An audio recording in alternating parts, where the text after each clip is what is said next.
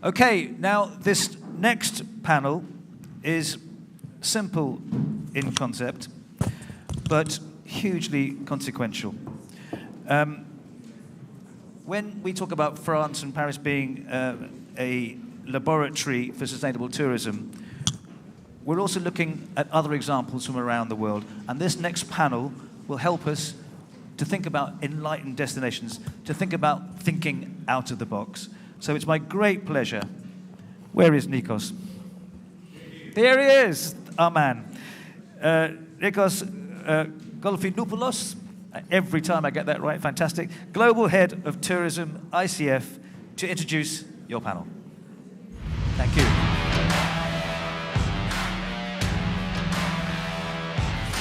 Hello? Hello? Does it work? Hello? Can you hear me? Yes. Hi, everyone. Bonjour. Good morning. Kalimera, because I'm Greek, I have to say that as well. So we're going to have some bold questions today, and I'm going to challenge a little bit my panelists, because I want you to receive the secrets, not only the information that you would find online. So I would like to welcome to the stage Adam Oubuih, sorry if my pronunciation is not very good, CEO of Atout France. Then Barbara Muckermann, CEO of Kempinski Hotel Group. Thank you for coming. Baptiste Orlandini, CEP of Choose Paris Region. Welcome, Baptiste. Are you? And lastly, Jerome, Poirier, photographer and content creator.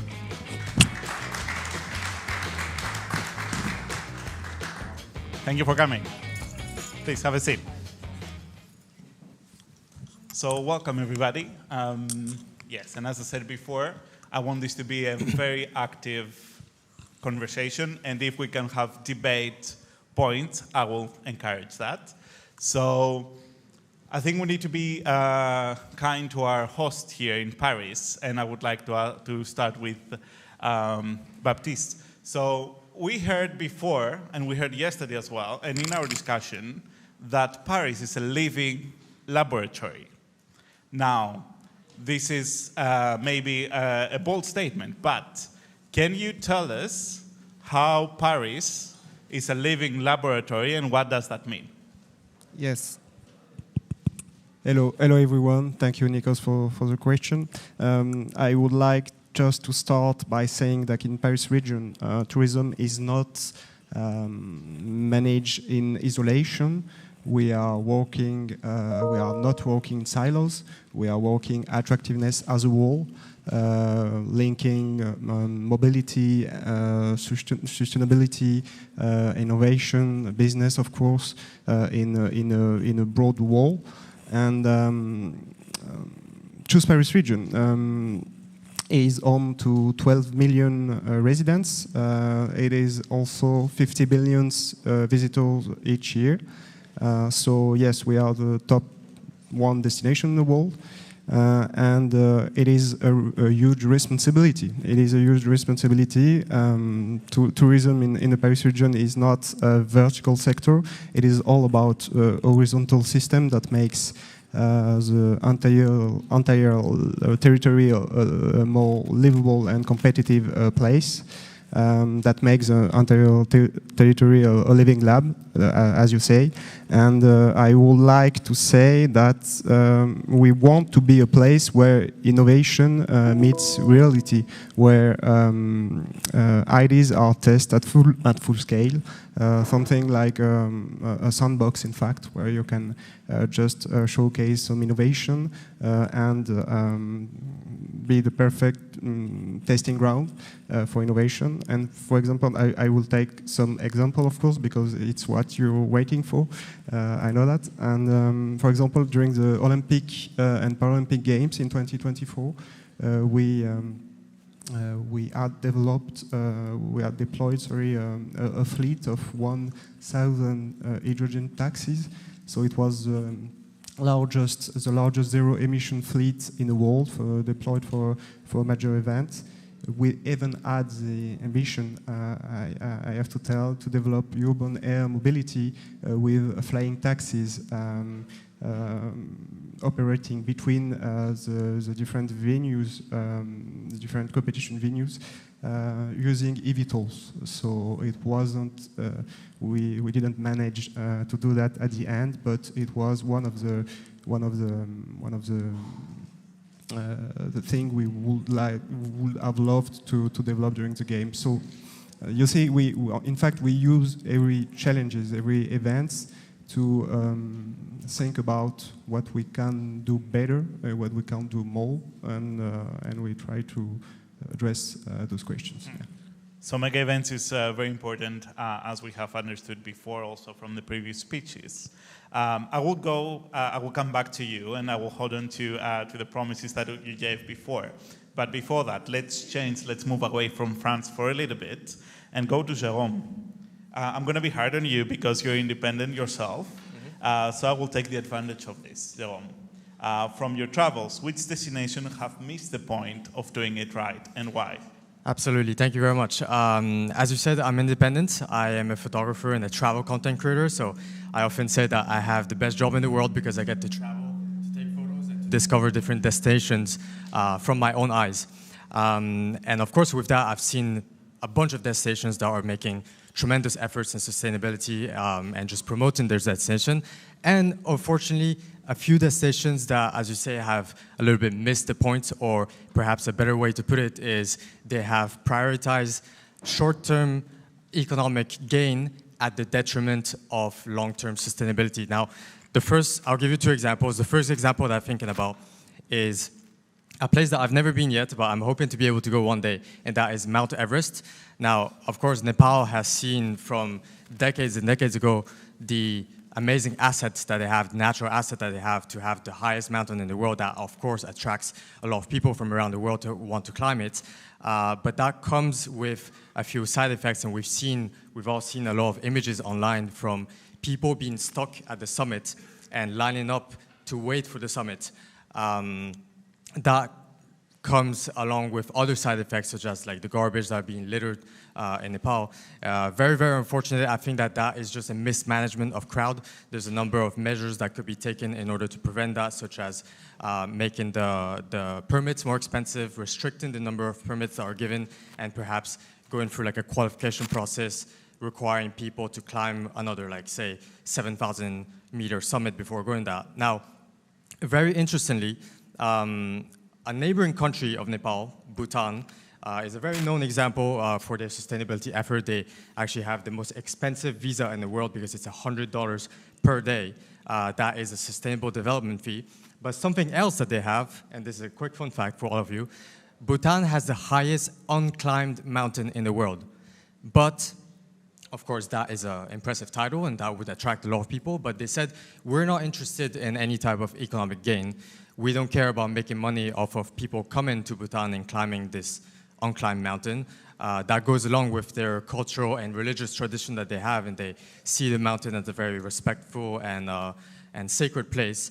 But it's great to see countries like Bhutan that are prioritizing sustainability and that are putting an effort and not having a cost on their natural assets that they may have, such as in Nepal or other places like Bali, for example, of course, that has seen a lot of tourism over the decades.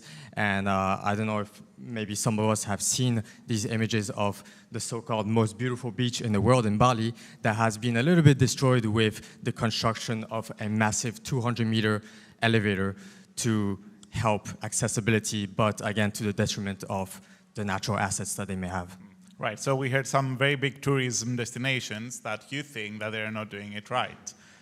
We will get to who is doing it better later on. But Barbara, I want to go to you. You are representing one of the core industries of the tourism sector, which is the accommodation industry, right? First of all, I want you to tell me how is the overall outlook in Germany at the moment, and what is the biggest challenge that you're facing? Thank you. So Kempinski is a global company present in 39 countries. In general, I have to say that European market has been very, very strong this year. The main disturbances, we are the largest, the most important and oldest hospitality group from Europe, but we also have a big presence in the Middle East, in Africa, and in Asia. We're not present in the Americas in a significant way. If you're really looking at the global trends, we are seeing that because of the trade tariffs, there's been quite disruption in the Chinese traveler. The Chinese traveler has been creating a lot of traffic around the world, including Southeastern Asia and Europe. That has definitely weakened, so there's been a lot of weakness there. The great news that I always say, the beauty about travel is that if people travel, people are less afraid of other nationalities. They really understand. And so I always see travel as a way of peace. And so I was so happy to see that the numbers of all of our Middle Eastern hotels, including Israel, including Jordan, including Beirut in Lebanon, have actually been doing some of the best year ever. Because tourism is always also that positive force that also allows, also when the geopolitical climate is not helping, to help. So in general, the outlook is very good. I think the hotel industry, to what also Baptiste was saying, tourism is an ecosystem, so we all need to work together. The successful destinations, what they do, they manage to put everybody around the table, work with the operators, and really make sure that these beautiful destinations are showcased at best. Mm-hmm. And have you had any challenges collaborating with a destination that you're operating in? And if you had any challenges, which these were? Because we need to learn from the mistakes or for the difficulties that we're experiencing. I think, of course, it's always countless. Kempinski philosophy has always been to save the palaces around the world. So we are very proud to have a lot of beautiful hotels in palaces. And this is where you need very respectful operators that want to enhance the building, but at the same time, you also need to have authorities that are willing to sit down and understand that these are the options. Either this palace will get destroyed or dilapidated because it doesn't have a collection, so you cannot really turn it into a museum. It costs a lot of money to maintain these businesses, these palaces, or otherwise, let's work with the tourism industry. Let's find an incredibly respectful way of keeping the palace alive, and let's turn it into a luxury hotel.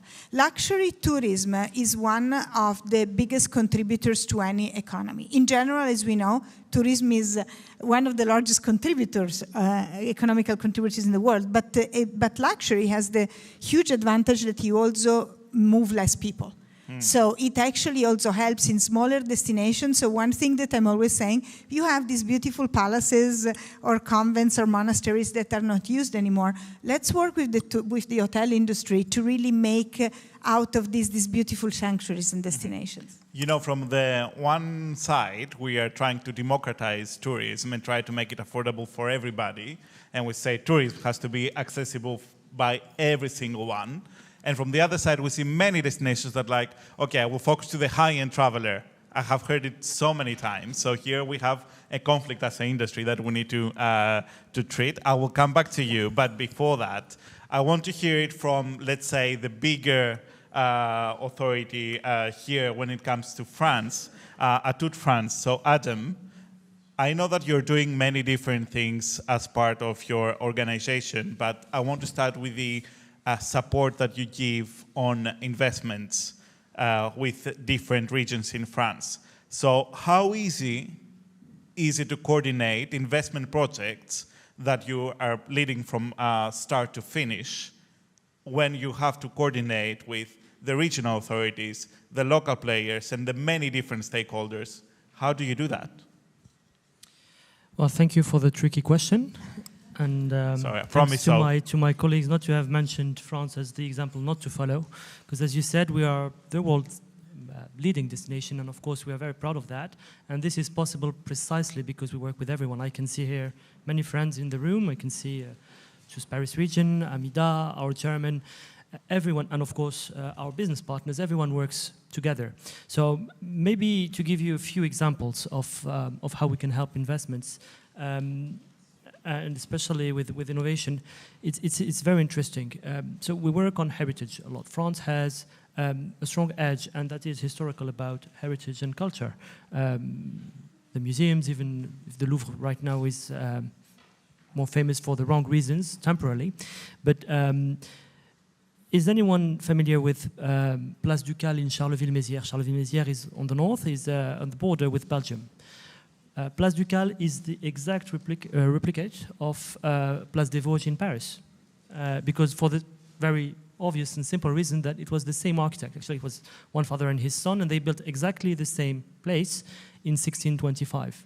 The mayor of Charleville-Mézières, no, it's 10 years ago almost, called Atout France, it was Christian Monté who was the boss at the time, and told us, how can I use this heritage to foster not only my tourism development, but also my economic development? Because I know that if I put a 5-star palace and a Michelin star restaurant, people might come on the weekend, maybe, maybe not, but this will not work on an economic model because it won't fit with my local reality, my local communities, my local economy. So we have worked very hard together with the mayor, together with the region, together with the Ministry of Culture, together with business partners to find the right mix, to have 2 different fundings. One public funding to preserve the exact materials, architecture, furnitures of the 17th century. It's priceless. And this is not, by definition, something which is profitable. So that was taken mainly by the public sector and some mécènes, I don't know if that makes sense. But we also worked, besides of this, a business model for people like yourselves and other partners to have a good positioning of the hotel. So it took us 10 years. But I was there 1.5 months ago, and we could actually announce that next year this hotel will open, together with many other shops and accommodations. So that is an example of how we made people work together. I won't mention the Olympics, because I have here someone who knows much better than I do, but he can testify that we work hand in hand together. And another example maybe to give another destination is Marseille, with the Les Calanques, the national park, for people who are familiar with it. We used to have a very strong problem in this national park between Marseille and Cassis, so very nice destination. We had too many people.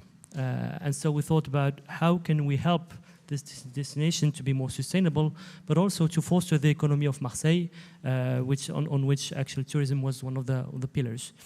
And the way we found it working with both, again, the public sector, the private sector, the local authorities, but also the national authorities, we decided all together with scientists, with businessmen, with architects, with culture people, not to make any fee to pay the entrance to this stunning national park, but just to limit the number of people that can come over time and to vary this limit depending on the season.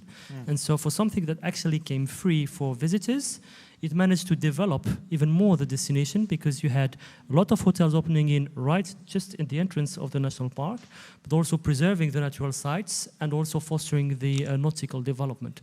So these are 2 examples, and I can have many more to tell you how we work together. But complexity is part of our job, and I think everyone would agree. And as you said, we're all a community, so we have to look for each other and work hand in hand. But let's think that I am having a one-to-one with you, right? And you tell me complexity is part of our job. Can you give me one advice of how to deal with a difficult situation in trying to aligning everybody? Well, you shouldn't hide for the problems. You should put everything on the table, saying, okay, here's my challenge, here's my problem. I don't know if I have the right way to fix it, but what's your point of view? What's your angle? What's your angle? And so in one short sentence, it means take your time. If you're in a rush, take your time. Take the time to go thoroughly enough to have all your problems together, to agree on a common diagnostic. You agree, okay. We're all agree on the situation we're facing. Then once everyone agrees on the diagnostic, things get much faster. So take your time. Mm-hmm. Okay. Back to Paris now. Baptiste, you're doing many different things in order to promote Paris, and also you're thinking of Paris as a whole ecosystem and a living laboratory. One of the things that we have discussed before that you're doing is using digital tools to help people move not only at the main hotspots that we know of the region, but also to to the other less known destinations and also provide a different experience. So for this, you have created an application, right? And you will tell us about the application itself. But my concern is, destinations use these digital tools, they create these platforms, they create these apps. However, how we are making sure that our visitors will get to the hassle of downloading the app, using the app, and even knowing that the app exists? Yes, you're perfectly right. I think travelers don't want more application, more apps. They want a smoother, smarter, more human experience. And in Paris region, we believe in integration, not accumulation. We connect data from transport, from hotels, from attractions, to make technology invisible, but powerful in the background. So, for example, during the game, real-time data analytics help us to manage visitor flows and to redirect travelers to alternative areas. But today, these same tools are used to guide marketing, highlighting less crowded destination in the Paris region, and it is. There aren't marketing gadgets. There are tools for behavioral change, helping travelers engage differently in the destination. And we use... Is it better? Yeah, sorry about that. So yeah, we use precise marketing, inspiring the visitor to the right place at the right moment. It is sustainable, it is data-driven. It is all about the quality of experience of the visitor. And you spoke about our digital app, Paris Region Adventure. Paris Region Adventure is a gamified way to discover the territory of the Paris region that turns exploration into play. And we are using immersive storytelling to drive visitors toward lesser known sites. We have something like 60 adventures right now on the territory. So yeah, we use data, we use AI, of course, for a better quality of experience in the Paris region. Yeah. All right, Baptiste, I think what this route is one of the solutions that destinations have in order to engage technology. But I want to make a little experiment that has nothing to do whether you're doing things good or not, but has to do with whether the technology works or not. How many of you have the app downloaded on your phone? Now, please raise your hand. 1, 2. The app that Baptiste now just mentioned about the Paris experiences that you can have. 1, 2, 3, 4. Well, we have some. Hey, not that bad. Not that bad. Okay, very nice. All right, so we have space for scalability, and we have to learn how to use technology even better. However, technology comes with some ethical considerations. And Jerome, I'm coming back to you because you're a photographer. Now AI gives us the opportunity to create very realistic photos and therefore drive perception using AI imagery. Are there ethical considerations behind that and behind driving the perception of the travelers using AI?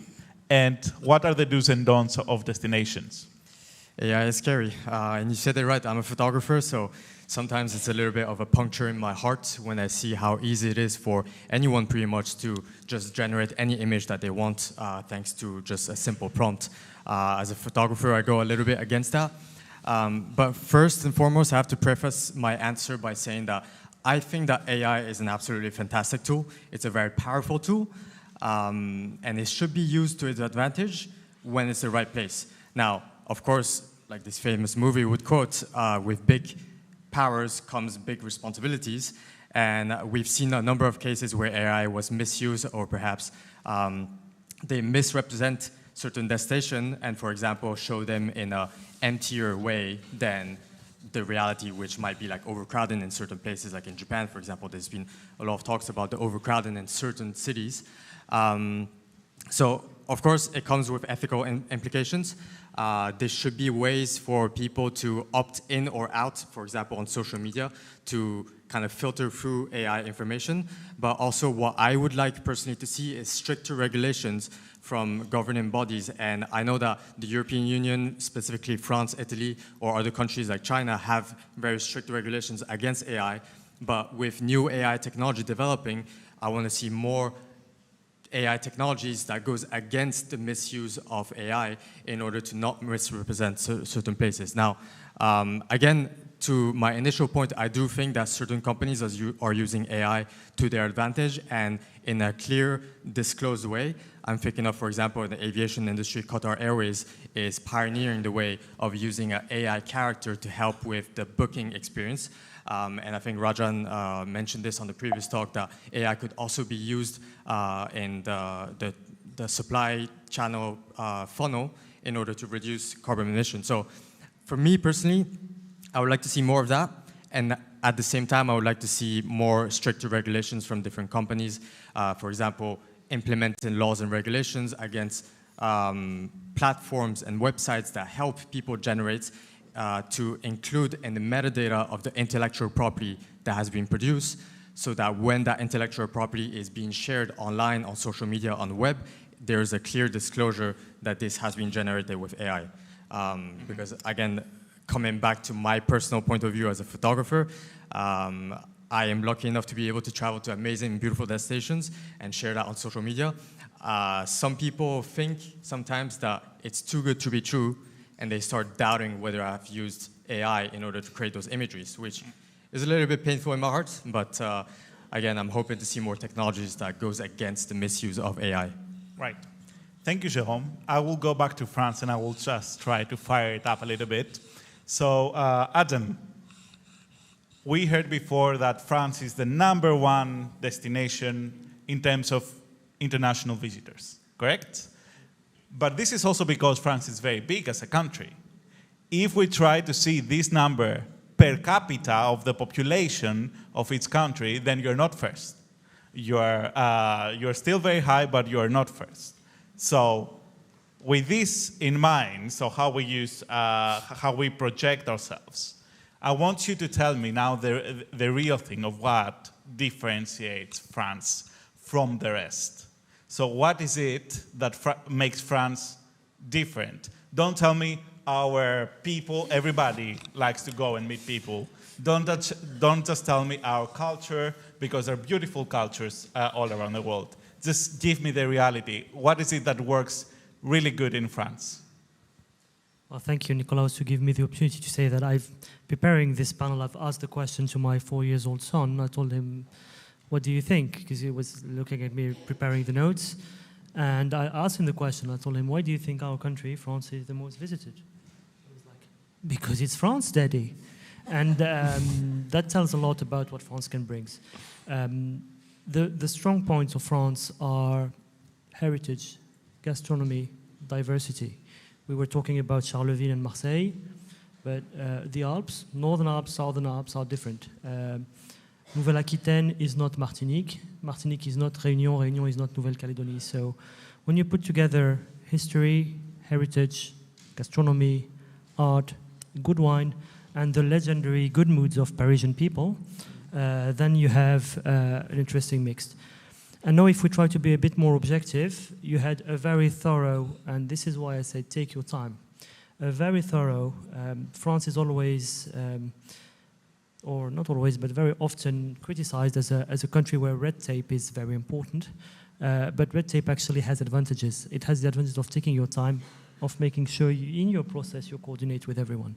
And I think France has been very successful in building strong infrastructure, reliable infrastructure, decarbonized electricity, have very thorough urban planning and regulation, and has the ability, yes, to bring all these energies together. And yes, I can say it's thanks to the public policies. And then, of course, each country has its own advantages, but France managed to make it at the very high end. And I would like, and I think people here won't disagree. If you remember, if we come a year and a half before, just before the Olympics, people were saying, even in France, we're never going to make it. It's going to be terrible. We're losers. And actually, it turned out, and that's actually the best answer. Yes, we can. That's the best answer. So, a very thorough policy making, continuity, and of course, key people like we have, and take your time. Well, you just said that to a Greek who Greece hosted the Olympic Games in 2 weeks in terms of preparation and planning, but that's all right. So yes, it takes a lot, and it's normal for mega events in this case to be scary. But you did a wonderful job. Barbara, I'm coming back to you. You're operating in many different destinations in the world, and that has its merit itself. However, I want you to tell me a destination that, in your perception initially, it would be like, I don't know how we're going to open there. This is a difficult destination, but you were positively surprised, and why? Actually, Ghana comes to mind because we think about the dark Africa, and we're like, okay, what is going to be? I have to say that the kind of art, culture, incredible people energy that you find, the proudness that you still find in capitals in Africa, we might have lost them a little bit in Europe because of our long history, because we already gained tourism, particularly in countries like France, where they've been continuously doing it right for decades. You know, you have these new countries that don't have anything, and they are just starting, and you really see that there is an energy, there is a potential that will surprise us. I mean, if you start traveling east today, you see how, starting from the Gulf to the whole of Asia, the kind of infrastructure investments, the kind of ecosystems that these destinations are building, you then come back to Europe and you're like, we risk of remaining behind here. Because they don't have tourists today, they really put everything on it. And this is why, for example, our hotel in Accra was a surprise. It is considered the most luxurious hotel in the whole of Africa. But what surprised me is to see the local arts, the prime minister going there for lunch every day because he's proud.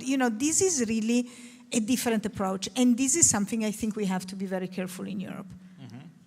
Thank you very much for that, Barbara. Now, I want to play a little bit with the title that we have, because here we say Enlightened Destinations, and that includes light.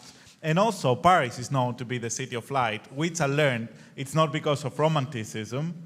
It started because it was one of the first cities in the world that had street lighting.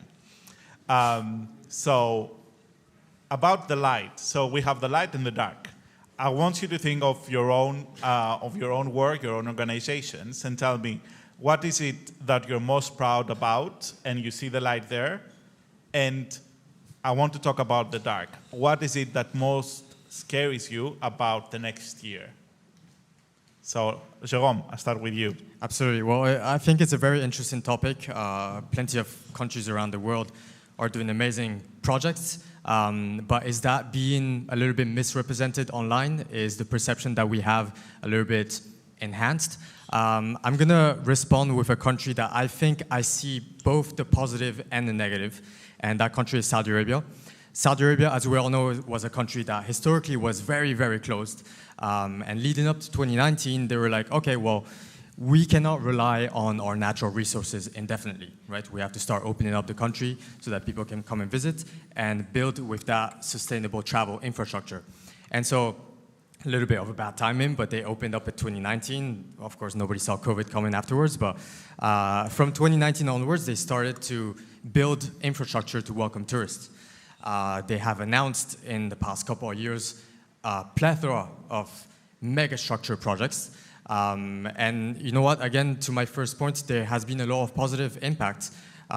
They are one of the countries that invest the most in marine biodiversity sustainability.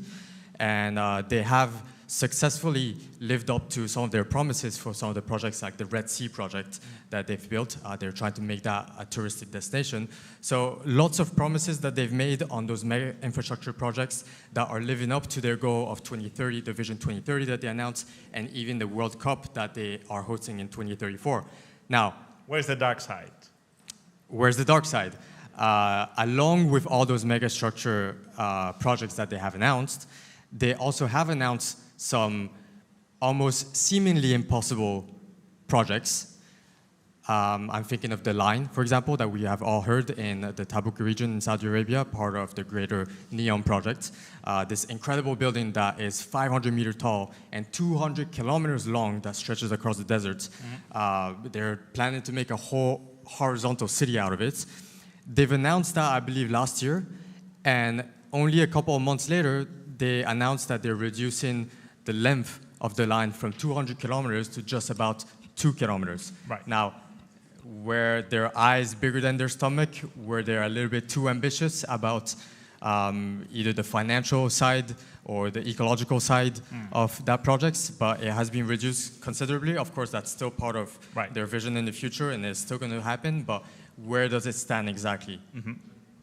Thank you, Jerome. Now, as we're closing, and we're coming back to me in this way, I want you to tell me, Baptiste, what is that you're mostly proud of, the things that you do so you're light, and what is the biggest worry that you have for next year, so the dark part? Yeah, I will try to be very quick for the dark. I will start with the dark side. I think it is all about the path of ecological transformation of the tourism sector. I think we have to go faster as a collective. I mean, because what I see in France and in the Paris region more precisely, is the dark forces that are pushing against tourism and more tourists in the Paris region and in France as well. I have one clear thing to say. We are here to increase the economic impact of the stays of the visitors in the Paris region. It doesn't mean necessarily more visitors in the Paris region, So that's a very important point. For the lights, for the light, I won't be very specific. I will say the same than Adam. I think it is all about the collective work we can do together in France and in the Paris region. Private, public, national, local authorities, and I think it is working very, very good. Thank you, Baptiste. Adam, give me the light of what you're most proud of about Atout France, and also what is the point that scares you the most for next year? So, in a nutshell, I'm very proud of France as a whole. Has an advantage and has taken advance, is ahead in terms of sustainability, because we have a very decarbonated electricity, 95%. It's one of the highest in the world. Because we have a very strict environmental legislation, because from a long time our diplomacy has been very strong and vocal about environment, and that is extremely important. Second, I'm very, very optimistic because every year there's something going on. Next year is the 250th anniversary of the Declaration of Independence of the United States, which means fight for freedom, which means Lafayette, which means Rochambeau, which means all the Enlightenment period coming back to France, which is, I think, a very strong political message to convey as of today. Next year, 2027, is the millenary of the Normans, so 1,000 years since William the Conqueror was born and went, of course, to Britain, and so we had a common king, to put it nicely. 2028 is Bourges, European Capital of Culture. So we have something going on, and of course 2030 our Olympics. On the dark side, I think more than climate change, I think behind this everyone has a very strong conscious of the necessity to change. But sustainable is both a social, both environmental, but also an economical viability model. And so my biggest worry, and I'm sorry to say that, is political, because the forces behind delaying the necessary efforts are political. And I'm not speaking about France necessarily, I'm speaking globally and in Western countries. We heard that before. We're in an uncertainty period. And wrapping it up with Barbara, tell me please, what you're most proud of the work that you do, but what you're most scared of for the year that comes. I think in general, the resilience of the hospitality industry is something we all need to be proud of. The thing that scares me most is a statistic. If you're looking from 2019 to this year, the number of hotel rooms of which the average price is higher than $1,000 tripled. This is something that I think is scary in certain destinations more than others, because tourism is also made about having different level of affordabilities, but still being affordable. If we only design for the ultra-rich, there's probably about 30 million people in the world that are considered ultra-high net worth individual, and this is a potential huge mistake that I think our industry is doing. Thank you, Barbara. Well, you heard it. Thank you, everybody, for the very nice conversation. And a big round of applause.